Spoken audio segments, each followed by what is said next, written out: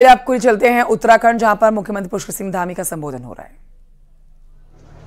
क्योंकि उनको पता था कि चुनाव का परिणाम क्या होने वाला है, 4 जून को क्या रिजल्ट निकलने वाला है, 19 तारीख को उत्तराखंड के लोग, गढ़वाल के लोग क्या अपना निर्णय करने वाले हैं, सबको पता था। ऐसे ही पूरे गढ़वाल लोकसभा में ये कोई प्रश्न नहीं है जी कि अनिल बलूनी जी को वोट देना है आप दे रहे हैं, समर्थन देना है आप दे रहे हैं, ये जीतने वाले हैं। और अब ये प्रश्न है कि कितने मतों से आप लोग जिताने वाले हैं। आप आशीर्वाद दे रहे हैं, आप मत दे रहे हैं, समर्थन दे रहे हैं, मैं आश्वस्त हूं, हम सब आश्वस्त हैं कि आप समर्थन भी दे रहे हैं, मत भी दे रहे हैं, आप प्रचार भी कर रहे हैं। अब ये है कि भाई ये कितने वोटों से, ज्यादा वोटों से जीतेंगे।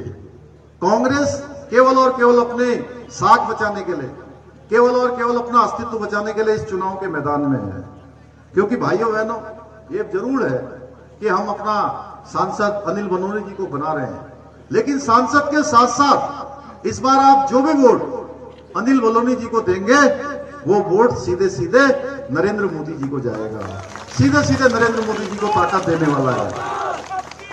भाइयों बहनों, हम सब जानते हैं माननीय प्रधानमंत्री मोदी जी के नेतृत्व में देश तेजी से आगे बढ़ा है।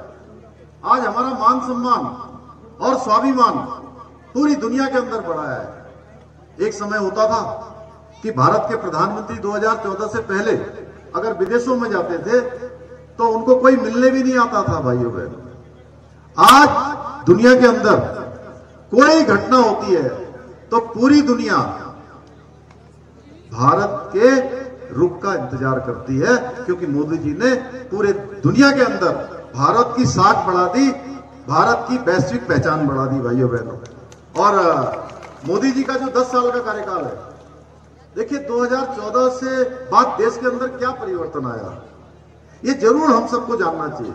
2014 के बाद देश के अंदर परिवर्तन आया कि गरीबों के लिए काम होना शुरू हो गया, महिलाओं के लिए काम होना शुरू हो गया, युवाओं के लिए अनेक startup India, make in India जैसे कौशल विकास विभाग, ऐसे विभाग बनाए गए जिससे नौजवान युवा रोजगार करें, स्वरोजगार करें। प्रधानमंत्री आवास योजना बनाई गई, हर गरीब को मकान मिले, हर बहन को शौचालय मिले, इज्जत घर मिले, इज्जत घर बनाए गए। आयुष्मान भारत योजना लागू की गई। आप देखिए, देश की आजादी के बाद पहली बार किसी ने सोचा कि गरीबों का इलाज भी फ्री में होना चाहिए, 5 लाख रुपए तक की इलाज की गारंटी होनी चाहिए। भाइयों बहनों, किसने सोचा? देश की आजादी के बाद किसी ने नहीं सोचा।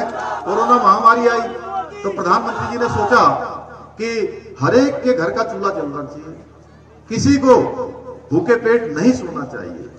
और प्रधानमंत्री जी ने केवल एक प्रधानमंत्री के रूप में नहीं, जिस प्रकार से एक माता पिता अपने बेटे और बेटी की चिंता करते हैं, उस प्रकार की चिंता उन्होंने देश के 140 करोड़ लोगों के लिए करी। भाइयों बहनों, क्योंकि वो हमेशा कहते हैं देश के 140 करोड़ लोग मेरे पारिवारिक जन हैं।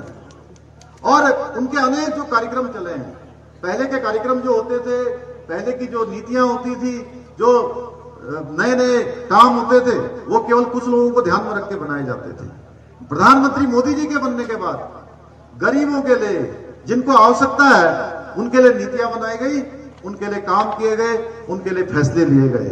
उसका परिणाम हुआ कि 10 वर्षों में 25 करोड़ लोग, देश के 25 करोड़ लोग गरीबी रेखा से बाहर आए। भाइयों बहनों, क्योंकि ये तब होता है जब 140 करोड़ भारतीयों को अपना परिवार मान के काम किया जाता है। ऐसे अनेक काम उन्होंने राष्ट्र हित में लिए हैं।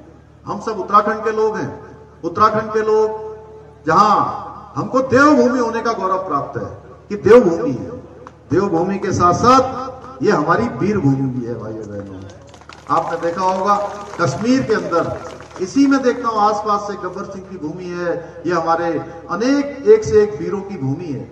अभी अनिल जी ने बताया किस प्रकार से देश को अपना योगदान देने वाले जनरल बिपिन रावत, ये इसी माटी में पैदा हुए, इसी माटी से निकलकर उन्होंने देश दुनिया का नेतृत्व किया। भाइयों बहनों, तो उस कश्मीर को बचाने के लिए जो माननीय प्रधानमंत्री मोदी जी ने धारा 370 देश के अंदर हटाने का काम किया। जो कश्मीर का पूरी तरह से भारत में विलय नहीं कर रही थी, भारत के अंग होते हुए भी, भारत का अभिन्न अंग होते हुए भी देश के अंदर दो व्यवस्थाएं चल रही थी। आज कांग्रेस के लोग कहते हैं कि कश्मीर से राजस्थान वालों को क्या लेना देना, बिहार वालों को क्या लेना देना, और उत्तराखंड आएंगे तो कहेंगे उत्तराखंड वालों को लेना देना क्या है। तो भाइयों बहनों, क्या कश्मीर भारत का अभिन्न अंग नहीं है क्या?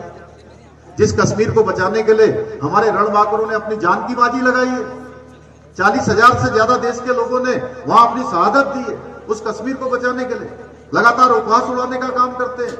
देखिए, आज कभी हमारे नौजवानों के बीच में जाकर बरगलाने का काम करते हैं। देश के अंदर 4 दशकों से 1 रैंक और 1 पेंशन लागू नहीं हुई थी,